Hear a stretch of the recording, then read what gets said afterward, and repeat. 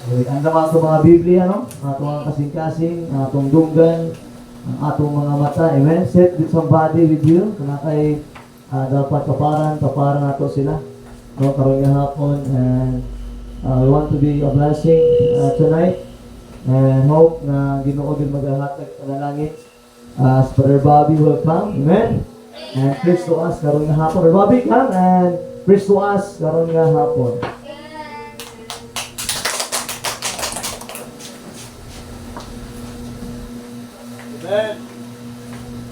Okay, so may hapon sa kanan. Once again, salamat kayo Pastor Munching.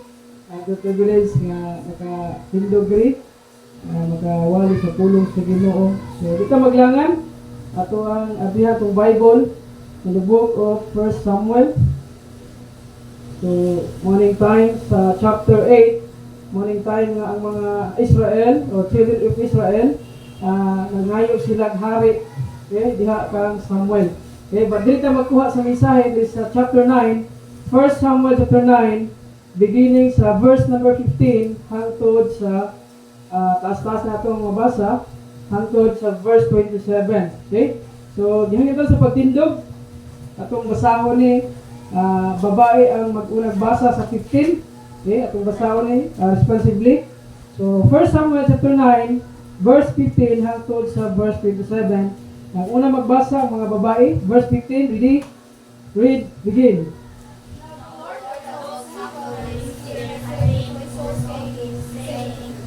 Tomorrow about this time I will send thee a man out of the land of Benjamin, and thou shalt anoint him to be a captain over my people Israel, that he may save my people out of the hand of the Philistines, for I have looked upon my people, because their cry is come unto thee.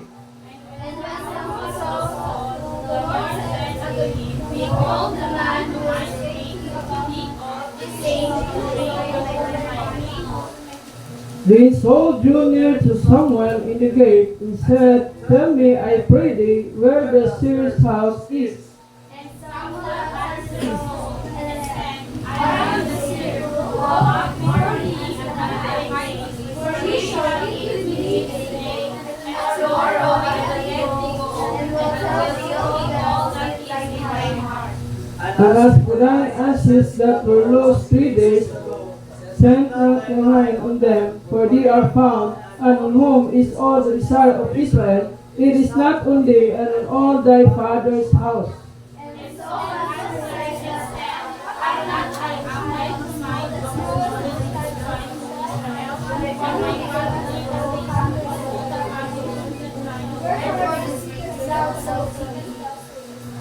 And Samuel took Saul and his servant, and brought them into the parlor, and made them sit in the chiefest place among them that were bidden, which were about 30 persons. And Samuel said unto the cook, bring the portion which I gave thee, of which I said unto thee, send it by thee.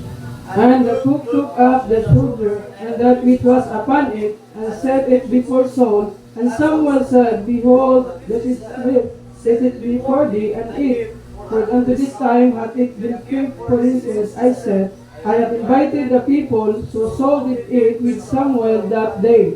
And when they were come down from the high place in the city, Samuel communed with Saul at the top of the house. And they arose early, and it came to pass about the spring of the day, that Samuel called Saul to the top of the house, saying, Up, that I may send thee away. And Saul arose, went out both of them, he and Samuel abroad. And as they were going down to the end of the city, Samuel said to Saul, Bring the servant fast as before us.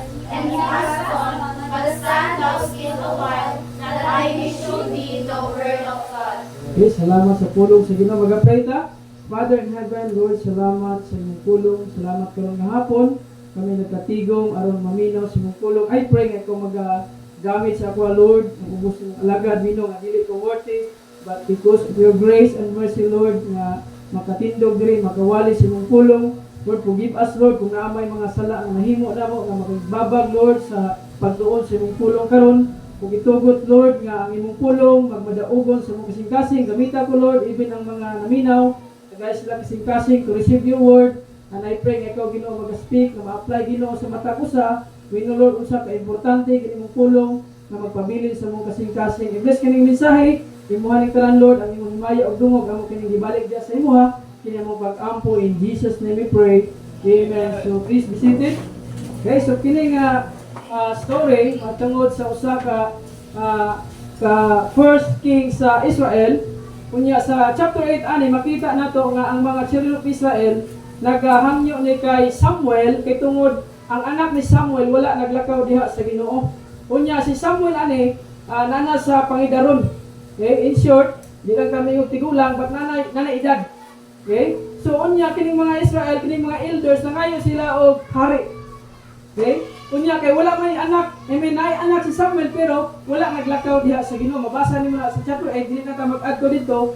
But kung makita nato diri nga ang mga children of Israel nangayo sila hari. Okay? Unsay purpose nila nganong mangayo man sila hari nga na naman tay hari sa tanang hari nga maong Ginoo? Pero ang purpose nila makita niyo diha sa chapter 8 ang ilang purpose nganong nangayo sila hari kang Samuel kay si Samuel usa man siya ka hukom o judges. Okay? So usa pa ka prophet.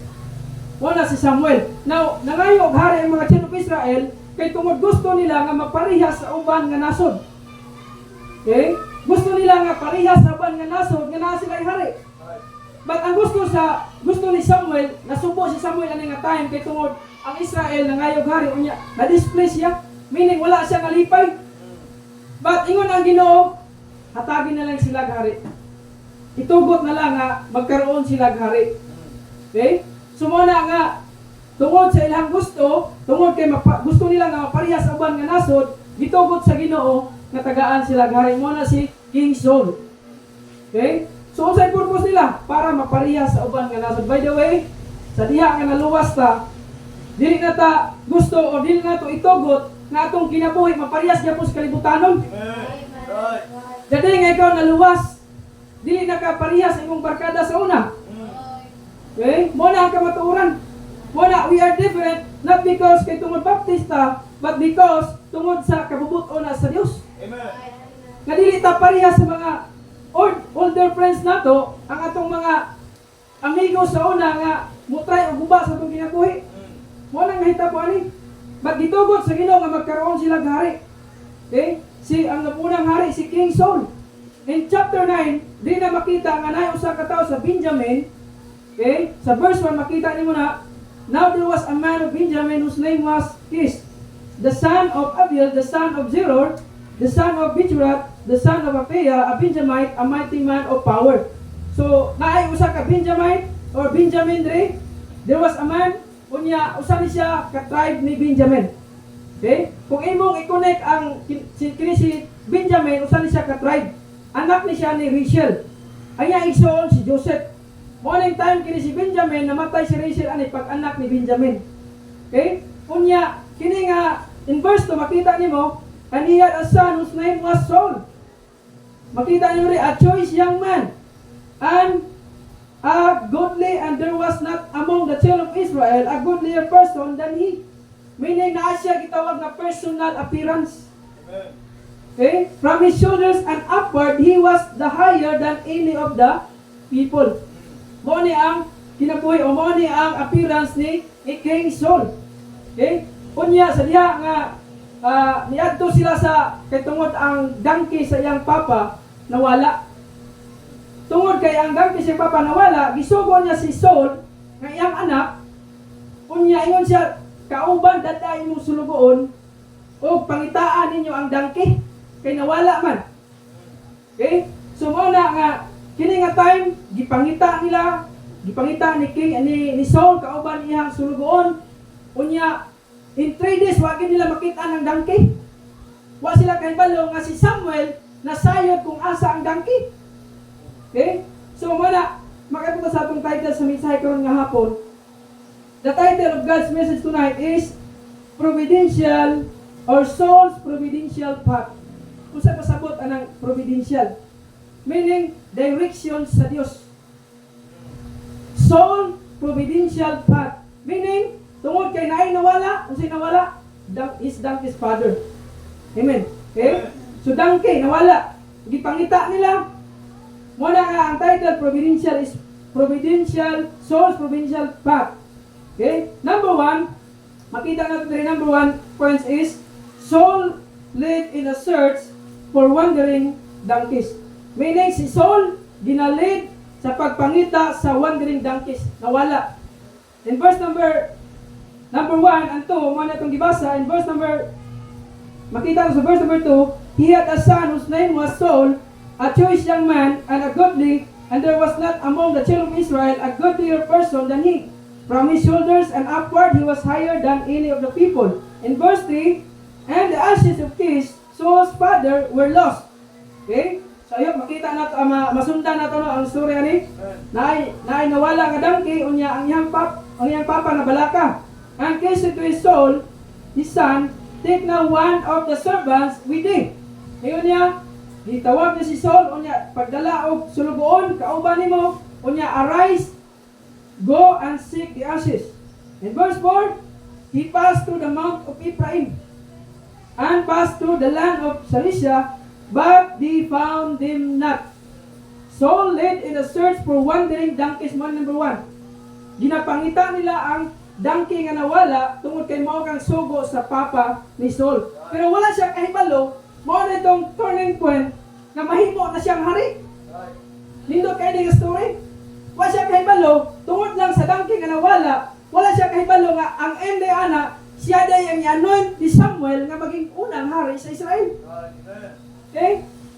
They passed through the hill country of Ephraim, no donkeys. Wa gid nakita nila. They passed through the land of Cilicia, wa gihapon nakita ang donkey. They passed through the land of Shalim, no donkeys found. Wa gid makitaan. Muna nga si Saul, nagwandering sila, nagatuyok-tuyok sila, but wala gid nakitaan ang ilang tuyok. Until such time nga si Saul na discouraged. Ningon siya siyang servant, uli na lang ta. Kay wa naman diya itong gipangita nga donkey. Unya basin nabalaka na to kung papa. Muna nga mauli na lang ta. Discouraged si Saul. But you know what? Kining servant, kahit balo siya, kining sulugoon, kahit balo ni siya nga naay prophet, na si Samuel sa kana nga city. Nga ilang pag-atuan. Pero si Saul, discouraged ani nga time. Saul led a search for wandering donkeys. Ano sa pasabot? Ano sa atong ma-apply ani sa atong Christian life? Night time sa atong kinabuhi, nagatrabaho ta, naganegosyo ta, usahay nga, walay ka ng profit ba? Walay ginansya. Okay? Usahay lugi pa. Remember na ko, sa akong pinsan, sila Sir Donde, nag-adto sila Digos, nag-funeral service sila. Kunya, nako'y pinsan dito nga, nako'y pinsan first cousin din ako. Dito siya, si Sir Donde, o kato akong uyuan, nagstoryanay sila. Ngayon Sir Donde nga, nangita kong trabante ba? Tinapa siya, negosyo ito, manang banawi. Nangita siya trabante. Kunya akong pinsan, kasi may communicate na may, kuning tagatawag kayo ba? Nangyayon siya ba? Trabaho kag ginsan, na ako sa agusan na to, layo kayo. Okay? Kunya, trabaho kag ginsan. So akong tuyo, ginsan. Wa pa dyan ko kaadto dyan lugar. Distingan ako rin. Ang tuyo na pa sa ginsan na nagbaho. Okay? Kadagang ikong trabaho kag gintuan, pero Ginoon, wala man tagpasagdan sa Ginoo, bisag unbeliever pa ta. Kaya tungod, gi-provide man gihapon sa Ginoo ang hangin, tanan nga itong panginanglan. But, pag-abot na kasi sa trabaho niya, parehani ba? Parehan nila Saul ba, ng servant. Ang ilang tumong ani, mangita lagi sa donkey. Ano yung concern ni Saul? Punta, makitaan tong donkey sa kong papa. Pero niya wala siya nahibalo, nga maunang turning point, gigayad sa plano na sa Diyos, nga siya day mahimong hari sa Israel. Amen. Okay? In short, nagtrabaho na ko. Pero wala ko kahit balo. So naadi ko siyang tubangan karon. Wala na ko na ginaplano. Wala na ko na in fact, ginapersecute pa mina ko kung mga ang akong mga silingan dito. Nami silingan dito nga simbahan. Kada Domingo, muhapit sa ako. Kunya mag-invite po. Okay, mag-invite mo siya simba. One way to sila. Invite ang amigo. Ana ko nga dili ta sig simba siguro kay basig malapas tas langit ana. Usay biyay-biyayon pa nako. So ko kay balo, sa diha nga naluwas ko, giingnan ko niya. Iabot ra gyud ang kabuton sa Ginoo. Iabot ra gyud tuning kwel. Nga ikaw na pwede persecuton karon. Ako tama gyud. Na-experience yun ako. Okay? Muna nga, makita na to, daghang kay tagbutang nga gipa ginahimo pagwata kay balo nga naa day purpose. So sometimes ang naay mga area ba usahay nga dili nyo sabtan. Sa atong Christian life na may mga butang nga atong magyan nga dili atong sabtan. Kunya usahay bugat kay sa atong kanang bugat kay ba? Kunya the only way nga maayo na, the only way nga masolusyonan na musalig ta sa Dios. Nya usahay na panahon nga kapoy na ka, gikapoy, gilaay na ka simba. May time nga na. Even ako for almost 12 years. 12 years ko mga Kristohanon. Niagi po ko kalaig simba oy. Limang kag simba buntag sa Domingo hapon Merkulis Bible Institute soul winning pagka Sabado. Kapuyon po kay. Patungod kay naay katuyuan ang Dios ana kanang gibutang ta ana kay tungod one day may experience na to ang panalangin sa Dios. Amen. Muna nga I believe kung ikaw luwas ilid ka sa Ginoo paadto sa gitawag nga prosperous nga kinabuhi. Kung kita mag-stand, kung kita mag-follow diha sa iya kabuton. Okay? Number 1, Saul late in a search for wandering donkeys. Then I quote diri akong ganahan kayo. He was looking for his father's donkey and found a crown. Diyos muna ko. He was looking for his father's donkey and found a crown. Amen. Nagapangitag donkey, pero wa niya nibalaan, mas nakitaan pang donkey ani. Nakita pang mainom ning kaniya story, nakitaan yang donkey. Ingon pa kay saman, ay kabala ka tong donkey nga nawala. Katong tulo ka adlaw kay nakitaan na to. Ay kabala ka ana. Wala gid siya ka kahibalo ba nga siya na day mahimong hari sa Israel. Okay? He was looking for his father's donkey and found a crown. Tingana ang Kristohanong kinabuhi. Amen.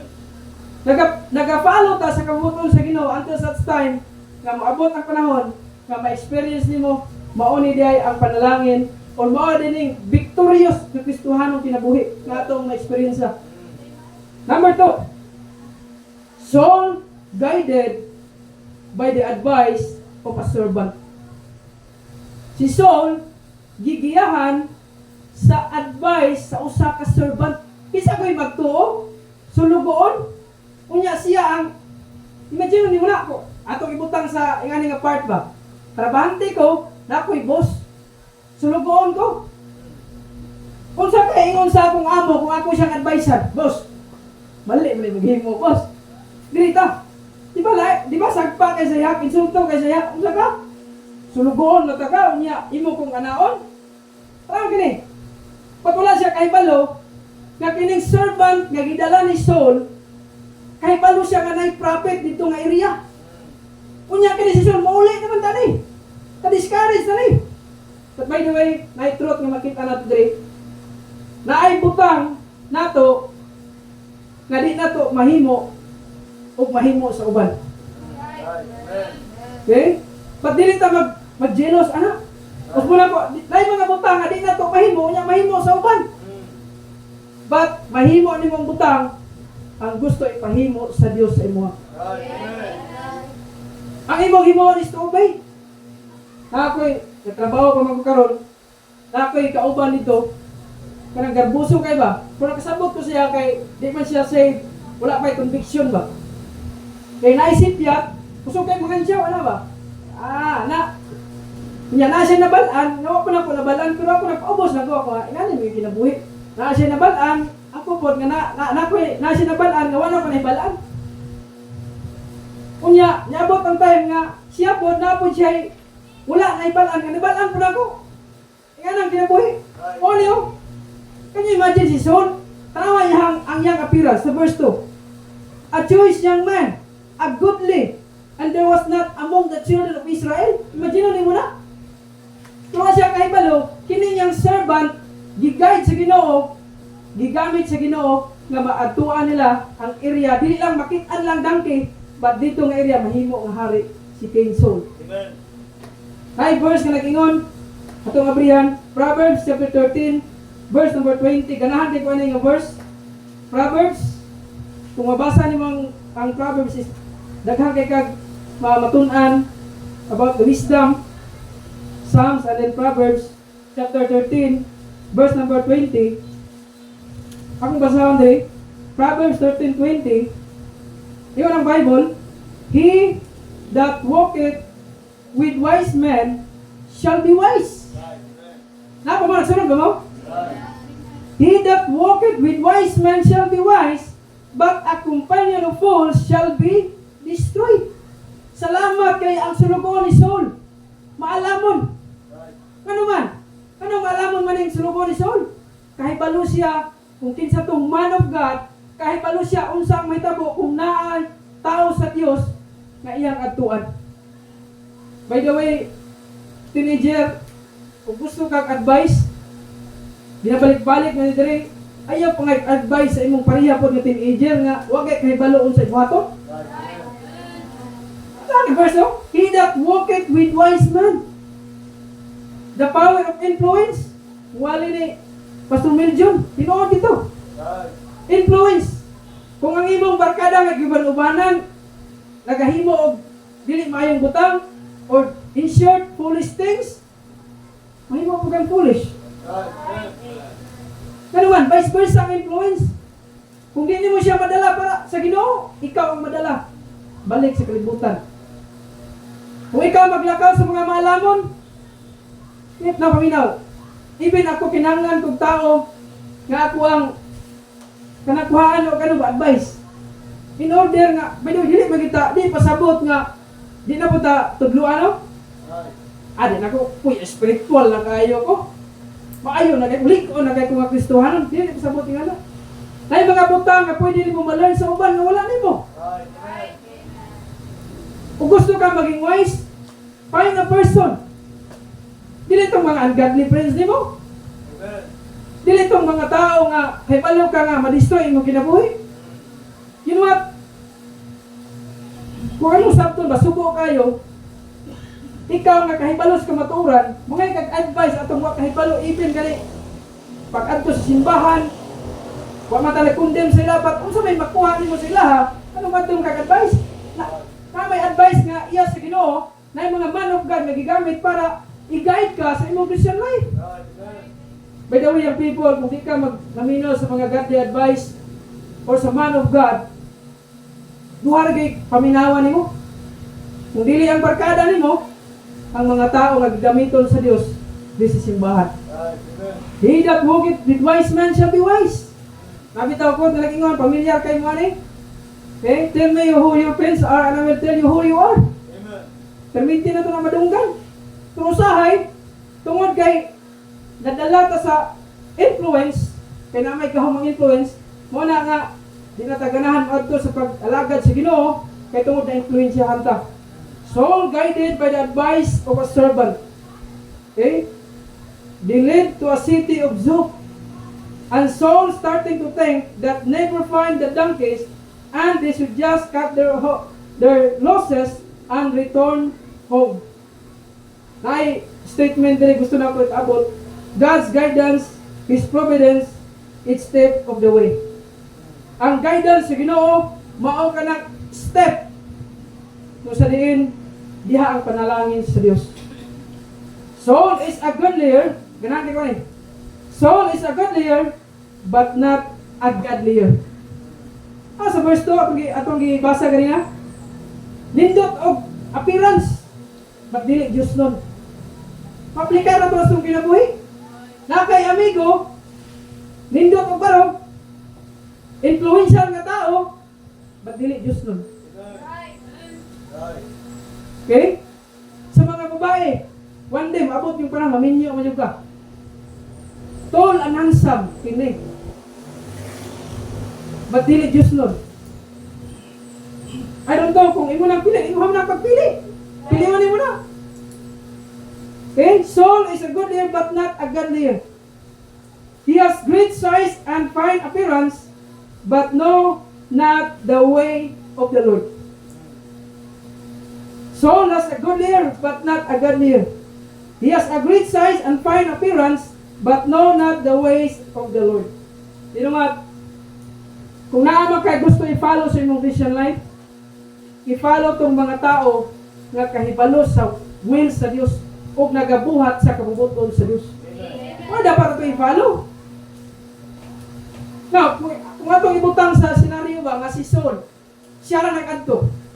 Wa niya gidala yung servant kay tungod servant ko sa may balo ani tawhana ay pag ni nabala ani. Kung abutang na to nga si Saul karpuso kay nga tao. Kaya na ko ni. Di na ko may dawi sa church. Dili pwede nga mag-inusara na ka. Ayon sharpened ayon meaning kay time nga discourage ka, kung yan may tao nga mo gamiton sa Dios kay encourage ka. Kaya na gusto anong kinabuhi. Wala kinahanglan ka ba itong simbahan kaya naman. Kay time nga discourage ka, kisa may mutabang sa palay. Wala purpose. Dili nga kuyaw na kay kong Kristohano lig o na kay ko ako resa. Di na ko kinahanglan ang mga tao dito sa church. By the way, wala may perfect din nga tao, no? Parehas ta makasala. Parehas ta sometimes nag-struggle ta sa pag-follow sa Ginoo. But by the grace of God, atong pahaw ng mga godly things nga ato ang dili itong mga negative things, ma-discourage ta na. Katong mga maayong nga utang iya sa Dios, mo to atong sundon. Okay? So, Saul guided by the advice of his servant. Saul doesn't even know that he has come to a city where there is a prophet of God, but the servant know. Nakahibalo ang servant nga naaday prophet sa propeta sa Dios dito nga naghulat. Kunya naa dito makita na niya ang donkey nga ipangita nila. Number 3. Saul directed by the woman at the well. Okay? And second point is makita natin sa 5 verse 5 hangtod 10. Katong Saul guided by the advice of a servant. And number 3, Saul directed by the woman at the well. In verse 11, atuan kadali, 1 Samuel 9:11 hangtod sa verse number 14. And as they went up the hill to the city, they found a young maidens going out to draw water. Okay, nasunod mo ko? And said unto them, is the seer here? And they answered them and said, He is. Behold, he is before you. Make haste now, for he came today to the city, for there is a sacrifice of the people today in the high place. In verse 13, and as soon as he became into the city, ye will straightway find him before he go up to the high place to eat. For the people will not eat until he come. Meaning naihanda ba, naikumbira ba. Kunya, dili magsugod og kaon kung di siya maabot. Ingon ang usa ka maiden siya dalaga nga, pagdali mo para makita niyo si Samuel, ang usa ka prophet. In verse 13, because he hath blessed the sacrifice, and afterwards they ate that they be bidden. Now therefore get you up, for about this time ye shall find him. Saul directed by the woman at the well. Nagkapo ng tubig. Pero gigamit sa Dios nga himuon nga instrument nga magiyahan sila nga makita nila si Samuel. Okay? This woman provide a good example for us. Yun na to sahay. Pisay naka-experience nga kanang di ni mo kaila. Kunya mangutana sa imo ba? Kunya nay panahon nga di ka ganahan mo tubag kanang paborito imong ulo ba? Di ka ganahan mo tubag. Pero ka kahibalo, nakatuday mo utana sa imo importante nga makabalo siya. Ba, ingon asa diri ang lugar nga o psycho. Nay mo utana sa imo ba? Kunya tungod kay lain mong kaminaw or in short lain mong buot, di ka mo tubag. Di ba? Subo kayo sa usa ka ng utana. Sa may tawanan ng utana, di mo tubag. At kung kitas. O ni, nangutana si Saul, mag-asa ba ito makita itong usa ka prophet?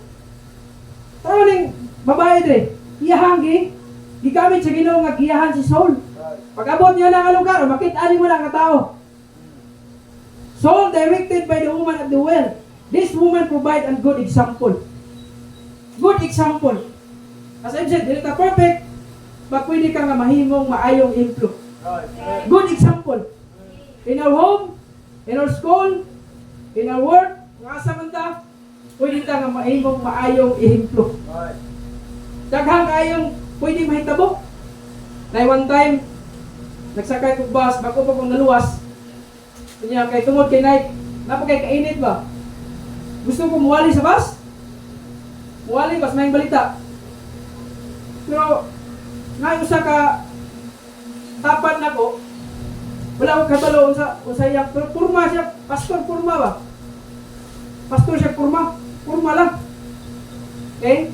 So akong taga-drugs, niya namin istorya, ana siya, ikaw ang mag-ampo sa karon, kay muwali ko sa bangan. O, wala ko, so may iwali niya ka? So may iwali ko sir, iwali na kung may balita. Okay? So, gigiyahan itong nga tao, gigamit itong nga tao para magwali sa usang kabas. Pero ang problema, sinusugot ang driver o doktor kay bawal sa ilaha. Okay? So sa atong ginabuhi, pwede ka mga mahimong maayong ehemplo. Good example. As I said, dili kita perfect, but we try to live for the glory of God. Amen. Each step Saul take is being directed by God. Okay? Saul directed by the woman at the well in the kaupat. Number 4, Saul crossing path with Samuel. Saul crossing paths with Samuel. In short, nagkita din sila Samuel. Maybe si Samuel excited kayo. Yes, nakita na ganun tao nga mo ginapangita. Maybe excited kayo si Saul kay tungod makita na yung donkey nga 3 days na nga nawala. But never siya nga wagin siya nakahibalo nga mao to'y plano sa Dios. You know what? Ang plano sa Dios lahi sa atong plano. Ang plano sa Dios sa Domingo musimba ta. Pero ang plano nato usahay dili. Ang plano sa Dios mag-involve ka sa ministry. Ano ang plano sa Dios? Pero ang plano nato lahi. Usahay kung sundon nato tong plano, say ning ani. Ay, nakampo na bitaw ko na. Katry man na. Nakampo na bitaw ko na. Pero imuhagi akong kabuton tumanon. Kaya na ba? Kaya pag abot dito sa area, kaya tungod, kaya balo ka nga wala kay kalina, wala kay fish, pag abot mo dito, kaya mo ka, di gila ni kabuton sa Ginoo. Daan ko palagi, may pagwaan ako rin mo Pagmahay ka. Wala nga usahay, na plano ni sa Diyos. Na nawala yung donkey siyang papa ni Saul, kunya si Samuel ang gamiton sa Ginoo, and dito i-anoint si Saul. Isip ko sa kahari. Saul crossing path with Samuel. When Samuel and Saul meet, Samuel blesses him in number of ways. Sa diha ka nakita na sila, si Samuel blesses him in a number of ways. First is, nakita niya si Samuel, ikaduha, gi-invite pa yung bukaon. Ito nga briyan. Ito nga briyan sa chapter 9, verse 22. Atong basahan. Samuel took Saul and his servant and brought them into the parlor and made them sit in the safest place. Dito sa verse 19. 19 ta sugot. And Samuel answered Saul and said, I am the seer. Go up before me unto the high place, for ye shall eat with me today. Ang blessing ani sa diya nga nakita sila ni Saul ni Samuel una, nakita niya ang tao nga ginapangita niya, of course, nalipay gito siya, gito tuyo niya. 3 days sila nagtuyo, karon pa nakitaan, imagine ni mo na. Usahay ka sa atong balay, gamay ra na atong balay. Okay? Pamitin ako islagi, kini susis kong motor. Asa mo susis kong motor man? Gamay ra kang balay ba, nagtuyo. Abot na lang kag mga 5 minutes na magtuyo, kaya usahay ka na magdali ka. Mairita ka ba? Asa mo magdali pa ta, wa kong susi. Kating tuyok, 3 days, nagapangita silang donkey. Unya, balo sila nga kini si Samuel mo ni gamiton nga makita nila ng donkey, ay bilib malipay kini si Saul ani yung tiyang tulugon. Unya, pag-meet nila si Samuel, ipakaon pa gyud. Kung baptist lang ni si Saul, gusto bikin mo kaon di ba? Okay? Bisyo na sa baptist kaon. wala naman taga inom, kanang makahubog, wala naman taga party-party, pero kung kaon ka niya, di ka na balibad ang baptist. Okay? Ay usahay nga ka na mag-swimming, di ba? Kasi bagay ka no, kasabay mo usahay. Pag naa ka ni, i-offer ang kanang tagbalay o pagkaon, usahay mo, tanaw na sa kuwa. Isa, ito may agad rin lang ko. Wala sila siguro, maulaw sila, pero sila kung di-observe ba kung kaon siya, kaon mo ko. Maulaw sila. Maulaw mo na ngaon. Ay, ikaw na mong agad. Kung kaon ka, pili kaon. You know what? Blessing rin, di-opiran si Saul nga magkaon. Ano ni Katulo? Ingon ni Samuel, don't worry about the donkey. Nakita na.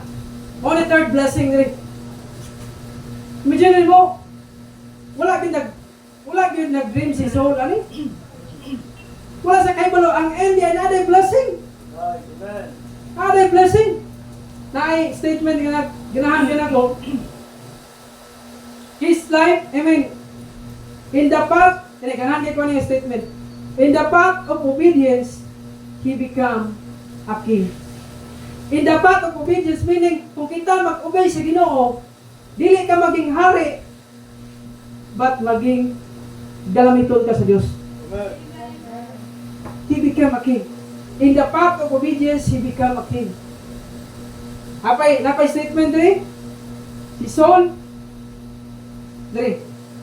Saul, he was tall, but not too big to obey. Meaning, si Saul taas ang height ba? But not too big to obey. Meaning, disobedience very si King Saul.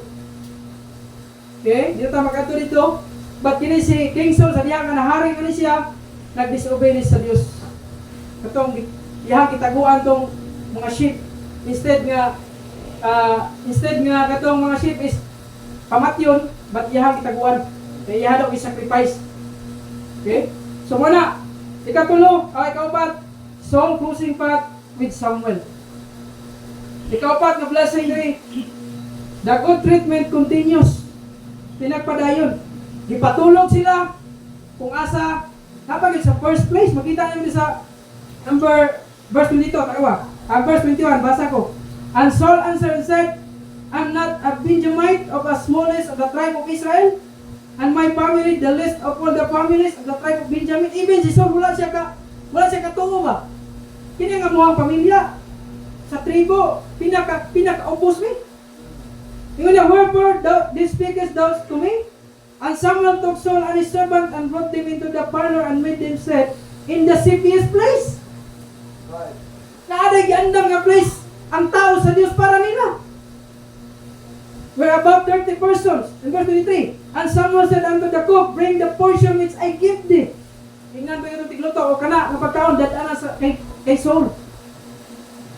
And when they were come down, verse 25, from the high place into the city, Samuel communed with Saul unto the top of the house. And the last part is sa verse number, chapter 10, verse number 1, atong tanaw siyang Bible. Then Samuel took a vial of oil and poured it upon his head and kissed him and said, is it not because the Lord hath anointed thee to be captain over his inheritance? Gi-anoint Saul nga maging hari sa Israel. As conclusion sa kanyang mensahe karong nga gabi, application sa atong Christian life, let us be more concerned with how God says us. Let us be concerned with how God says us, concerned ta kung paunsa kita nakitaan sa Dios, than how other people see us. Pasabot, mas concerned ta kung unsa ang makitaan sa Dios para nato, dili kay katong makitaan sa tao nato. Ikadua, recognize that God is guiding even your path. Recognize that God is guiding even your path, even our decision. Kining paghimog decision, importante ba yan eh. Dili ba basta-basta mong decision. Makaagin man yung kanang decision nga, kanang urada-urada ba? Kanang dali ba, kanang decision. Nga usahay, pag-abot ka sa time, wala din. Kaya nga ka sayop, may pag mali yung decision. May pag ingani. Kaya usahay wala ta nag-ask sa Ginoo, wala ta nag-consult sa Ginoo. Recognize that God is guiding even our path. Sa atong vision life, kini nga kalibutan, na mga dautan nga tao, pwede nga maguba atong vision life. But I believe, kung nakata sa Dios, ang Ginoo mag-guide nato sa ato ang pag-adtuan. Even our path every day. Kani katulo, let us seek divine help through His Word. Through sa pulong sa Dios. Amen. Mao ni mugiya na to, mao ni ang muhatag na to o guidance sa atong Christian life. I hope karon nga gabi na maka-learn ta sa life ni Saul. Nahimo siyang hari. Never niya ginaplan, never niya nga ginaas. Wala mo siya nag-ask si Saul nga, Lord, kay balo ko struggle ang Israel karon. Lord, himo akong hari ulay. But mao tay plano sa Dios. Kasi siya ang mahimong unang hari sa Israel. Amen. Wala niya giplano, wala niya gias sa Ginoo, but mao katong plano sa Dios. I'm not saying nga di ta maampo sa Ginoo, pwede ta maampo sa Ginoo with accordance sa iyang kabubuton. Sa atong kinabuhi, ay mga butang, kung magpadayon lang ka, magpano sa Ginoo, makaingon ka, wala din ko nag-expect kay ani ang gusto ipahimo sa Dios nako. Right. Amen. Wala ko nasayod nga ang ani day ko gamiton sa Dios. Una nga magpadayon lang tag barog kung unsa ang kamatuoran. Para diha ta giyahan sa Ginoo. Namaingon na lang ka. Kung wa pa lang kung wa ko naluwas, asa ka ko karon. Right. Amen. Kung wa ko nangalagad sa Ginoo, basin professional doktor na ko karon. Pero miserable ako ginabuhi. Right. Amen. Basin minyo na ko ron. Pero lain ako kasawa. Basin minyo na ko ron, pero lain akong bana. But you know what? Young people, mabot lang tayo, maminyaw ka. Kung gusto niyo magminyaw. Kung gusto niyo maglaon, naranas sa mong desisyon. Pero kung minyaw ka, in accordance sa will sa Ginoo, you experience, gawa ni mo na experience. Even sa ako ang pagkasal, ingato nga ano, grasya o kalo ito sa Ginoo. Di ko ka-afford ato. But tungod kay naay gigamit ang Ginoo, even akong classmate sa elementary, nga siya bag, ditiguman, kung mo imong kasal. Ano day, classmate sa elementary ba, apil man siya, may adto man siya, tampo siya. Kaya nga, lahi ito nga kasal ba, but blessing ito ba? Anak nga, liyok to sa Ginoo, brad. Ako itong yampo ni Bayo. Una, young people, sundag ka kabutol sa Diyos. Ayag desisyon nga orada-orada. Pangita og tao nga nangalagan sa Dios, pangayog advice. Mo kita pagkasal ako, aras Pastor Dag. Umana ko Pastor Dag ha, parang mo siya. You can go this man. Advice ako. You can do this, you can go this man. At ito na po ano yung tao. Kaya kami siya ipagtudlo. Kaya believe, Pastor Dag, kay balo siya. Kung kinsang katabang sa ako.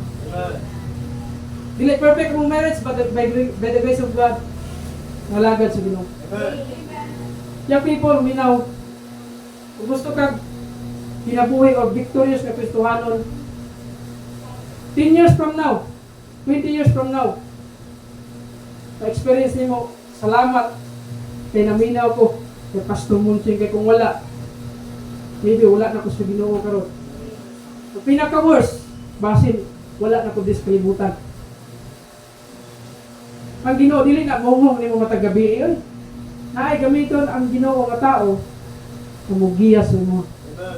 Pastor Munching, or even ang mga kauban na ito, Kristohanon. Seek advice, godly advice. He that walketh with the wise shall be wise. Gusto ka maging wise? Uban-uban sa mga maalamon. Gusto ka maging foolish? Uban-uban sa mga foolish na tao. At I believe, dili na gusto. Gusto ka maging wise. Pag-pray ta, dukuha mo ulit yung matalitas pray. Heavenly Father, Lord, salamat kayo sa mga tulong. Salamat, Lord, ito na natudlo sa mga. Kung pausa kami, Lord, may nabuhi. Kung galing, Lord, na ay kadaugan, na ay victorious ang Christian life. Lord, we pray, at ikaw Ginoo, maghahatag ka na mo kadaugan. We know the devil is a destroyer. The thief na mag-uba sa mga kinabuhi. But Lord, just like Saul, sa iyang kinabuhi, ikaw nag-lead, nag-guide sa iya to be the king of Israel. But Lord, kami nga mga believer, tabangin nga one day, na-experience na mo kung unsa imong plano, unsa imong kumbuton, kung tungod niya na ay victory Ginoo sa among kinabuhi. Salamat Lord sa karong nga gabi. Salamat sa imong pulong. Salamat ini nga church. Ikaw Ginoo continue mag-bless ini nga church. This we ask in Jesus name. Amen. Pag ako sa hulog yung sa mata, next song tonight, so providential path. I know every of us, we have a path. Naatay pathway na ito ginalakaw, ginasubay. But I believe it is a good thing masabtan ito igsoon that we can find the right path in our God and our Savior Lord Jesus Christ. Now tonight, hope ang Ginoo ang istorya mo, a simple message about the life of Saul. Si Saul was nagdahom, mahimo siyang hari at that time. Si Saul nag-follow lang, nag-obey lang siya, whatever, kung unsay angay babuhat sa Ginoo sa iya. But later in life, you see the blessing. Kahit soon tonight, hope, masabtan mo sa kinabuhi ni Suhanon, sa dalan nga atong ginalakaw, kada adlaw, dili sa iyo usahay. But ang challenge tonight, just continue on, just continue your path with obedience, and later in life, maangkon nimo ang blessing ang iandam sa Ginoo para sa imuha. Si Saul wala sa nagdahom, mahimo siyang hari. And maybe one of us suon karon nga hapon, wala po ta kabalo kung sa mo sa ugma. But the only thing that we can do tonight is to follow the path of God sa atong kinabuhi. Let the leading of God direct us. Let the people around us, the godly people around us, encourage us or help us. Find somebody that can help with your spiritual life. Now the only reason na nung naipagwali sa pulong sa Ginoo para magiyahan ta, and the Bible is the only guide sa atong kinabuhi. Now so tonight, the pastor, please pray for me. Sometimes nagasubay ko sa kuang sarili nga tumaagi o dili tumaagi sa Ginoo. But I'm thankful tonight na nakadawag ko sa pulong sa Ginoo. Now when we are obedient to God, there's a blessing. Pastor, please pray for me. I want God to guide my path. I want God to direct my path tonight. Please pray for me. How about us? Yes, God bless you. God sees your hand. Now igsoon, the altar is open. In any reason, naragay sa mo igsoon how God speaks to you tonight. And I believe God has a purpose sa kaning mensahe. And most of the time, all of us, it's easily to decide early. It's easily decide whatever kung unsa atong ginagusto. Remember the message, even the message the last Wednesday night. We what wanted, but we lose something that's valuable in our life. Igsoon, basi ka kay gusto maabot, basi imo ra nang gusto. Ihuna-una kanunay ang gusto sa Ginoo para nimo. I'll give you a minute to pray, and after this, I will close in prayer tonight.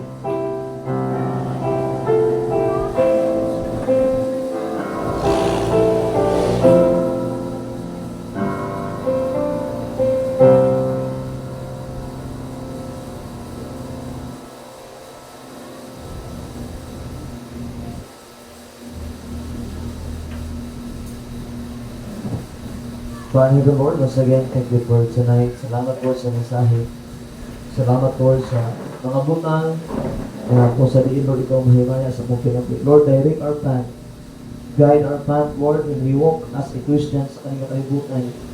Lord, a lot of people around us can destroy our Christian life. A lot of people around us can destroy our marriage, maybe our future, husband, future wife. Papa, help us nga follow ni Lord God, and there's a blessing when we are in your path. More than ami, para sa kay mayaan ugad sa akong kinabuhi. Subuti Lord God ang imong kahom, kaluoy grasya Lord.